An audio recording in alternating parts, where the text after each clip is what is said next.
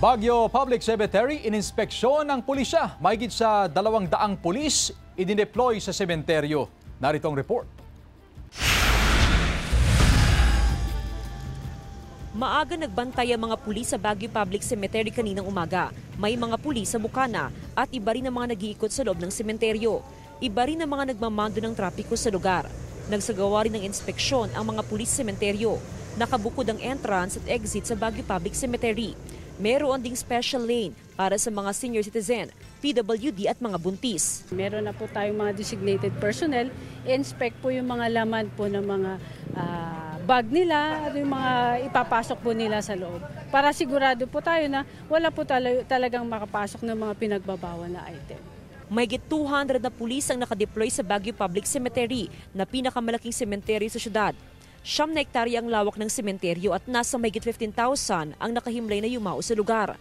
Ayon sa BCPO, inaasahang aabot sa mahigit 30,000 ang bibisita sa sementeryo simula ngayong araw hanggang sa weekend. Merong designated parking area pero pakiusap ng otoridad na hanggat maaari ay sumakay na lang sa public transport.